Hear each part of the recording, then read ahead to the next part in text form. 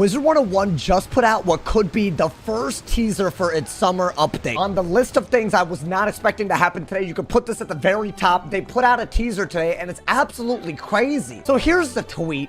And basically, it's about a familiar favorite coming back, coming soon later this year. The actual post is ridiculous. It's a GIF or GIF, I don't know, whatever. You can call it whatever you want, of the boy Divum from Chrysalis, except it looks like he's in this weird spell animation where he's jumping off of a cliff and attacking an unknown enemy. Now, there is nothing more than just this tweet and them saying that somebody familiar is coming back. Obviously, Divum, the famed hero from Chrysalis. I feel like there's a lot of directions where this one could go, and I wanted to talk about all the implications of just a simple tweet. What could this mean for the game? What could this say about the upcoming update? Let's get into it. One thing right away that this could be is this could be like the first teaser we have for the storyline of the actual raid that's happening in the summer update. Now, we don't know a lot about the raid that's coming this summer update, but y'all, it's showing a lot of promise. Like, I think it could actually have a storyline and characters, and apparently it's supposed to be based on the second arc because the first one was based off of the first arc. If you guys are unfamiliar with the way raids work, right, which I don't blame you at all, the Voracious Void raid key, the only key that you can make, this unlocks like an actual battle that happens in Dragonspire, and a lot of this is based on the first arc, right? Like, you get first arc spellaments. It's, you know, it's supposed to be like a culminative feeling that you get from Dragonspire. I think they're doing a similar thing, but with an arc 2 raid, and the setting is going to be in Azteca. So it wouldn't be crazy if a character from Chrysalis were to join us in that raid. Now, while this theory does hold some water, and I would love to see an actual storyline in Azteca that involves multiple arc 2 worlds, like, that would be really, really cool. While that could be cool, I don't know if that's going to be the way they do it, because it almost feels like that idea is so good that it's wasted on a raid. Like, Divum is like a centerpiece of the plot of Chrysalis. I don't know if y'all forgot about him, but he, you know, he does this fight in the Moon Cliffs, very heroic, you know, a tear-jerker moment, and he's also an iconic companion in Chrysalis. He gives you like 50 extra damage and 20 extra resist.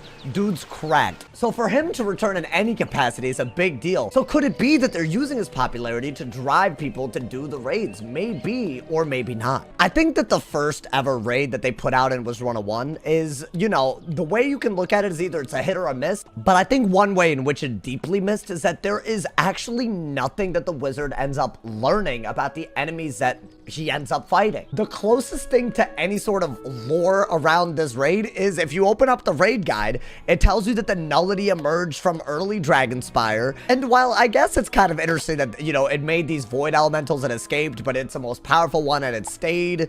And now I guess we're going after it for some reason. But this feels like such a placeholder plot. Like, the whole, like, you know, reasoning for the enemies in the raid is that when it was strong enough, the nullity called all the monsters in the spiral somehow, and they all came into this portal. The actual enemies, like the actual bosses, they have no relationship to the nullity at all. Every single boss other than the nullity was also a retexture, so they could have just taken like anything. Like, one of the bosses is literally just a black tusk cultist from Zafaria with the new name. That's it, and some abilities. And obviously this feels like I'm dogpiling on the whole raid. Like, I get it. Like, the thing is, like, if we're being critical, that is probably one of the few things that they could easily improve on, because Wizard101 knows how to do that well. I think if they really did make a plot around raids and they involved characters that are involved in the main quest line and involved plot from Azteca from the main quest line, that could all be a real reason for someone to try the raid at least for the first time. And if they like it, there you go, right? Getting their foot through the door is potentially the hardest thing to do when it comes to trying a new raid. If that's their strategy, using characters that we already know about, it's a really bold one,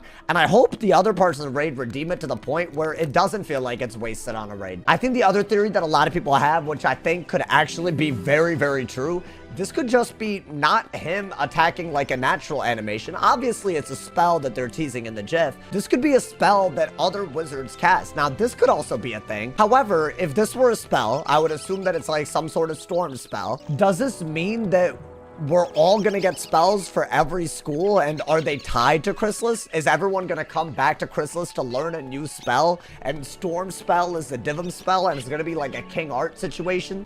King Artorias is a really cool spell that every single school gets, and it's part of the main, like, quest line. After you finish, like, Avalon, you actually come back to it after you finish Azteca to learn a King Artorias spell from King Art himself. So could we be getting, like, a series of Chrysalis spells that every school gets, and this is just the first one that they're teasing? Maybe. And I think that would be really cool, because it would be, like, you know, probably a utility-centric move, something that, you know, adds to the school identity, maybe fills in a gap in their toolkit that we don't have yet. There's a lot of possibilities of every school is getting a new spell, and if they're Chrysalis themed, that's amazing. That just sounds like fun. The reason why I don't feel as confident in this theory, though, is the fact that it wouldn't really be Divim coming back now, would it? The wording of the tweet suggests that a favorite, we have a return of a favorite, and I don't think the return would make sense if it's just a spell. I feel like it would have to be his character, and it would have to be involved in the plot. Now, the third theory about this tweet, and I've seen a lot of people saying this, is that this might not actually be a summer update teaser at all.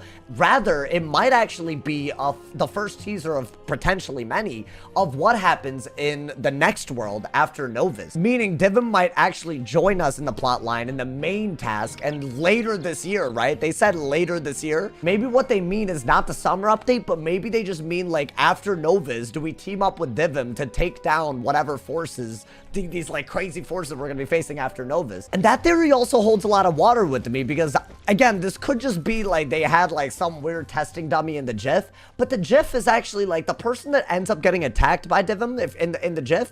It's like a really darkened figure, and I feel like the whole point of Novus and Lemuri and all of those is that there's like this nothingness, right? And the nothingness is what you have to eventually end up fighting. So could this, like, this little, like, you know, weird like figure that's like almost like a black hole type thing, like, could this be one of the many things we have to fight after Novus and Divim is helping us? Maybe, but then again, this could just be a testing dummy that they use just for the teaser. Definitely hard for me to believe that they would make a teaser this early for something coming that much later in the year. So that's the only reason why I don't believe this, but I also feel like it makes the most sense. I think compared to like side content, I feel like Divim would make more sense as a companion in a whole world, because we know him from the main storyline. That being said, if it's not that, and it is what other people are saying, and it's some sort of, you know, main flatline integration into the new raid, that would be massive for what raids are. And I think that is a TLDR, y'all. Whatever they end up doing with Divim, I assume it's gonna be hype. It is worth noting that this is probably the earliest teaser for a summer update we've gotten in years.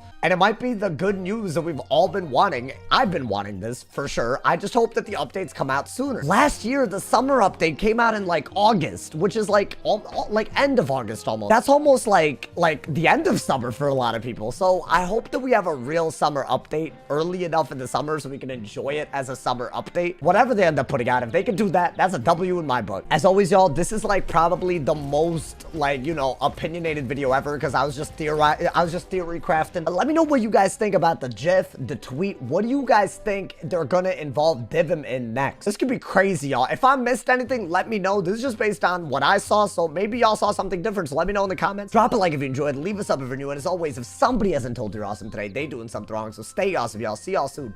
And yeah.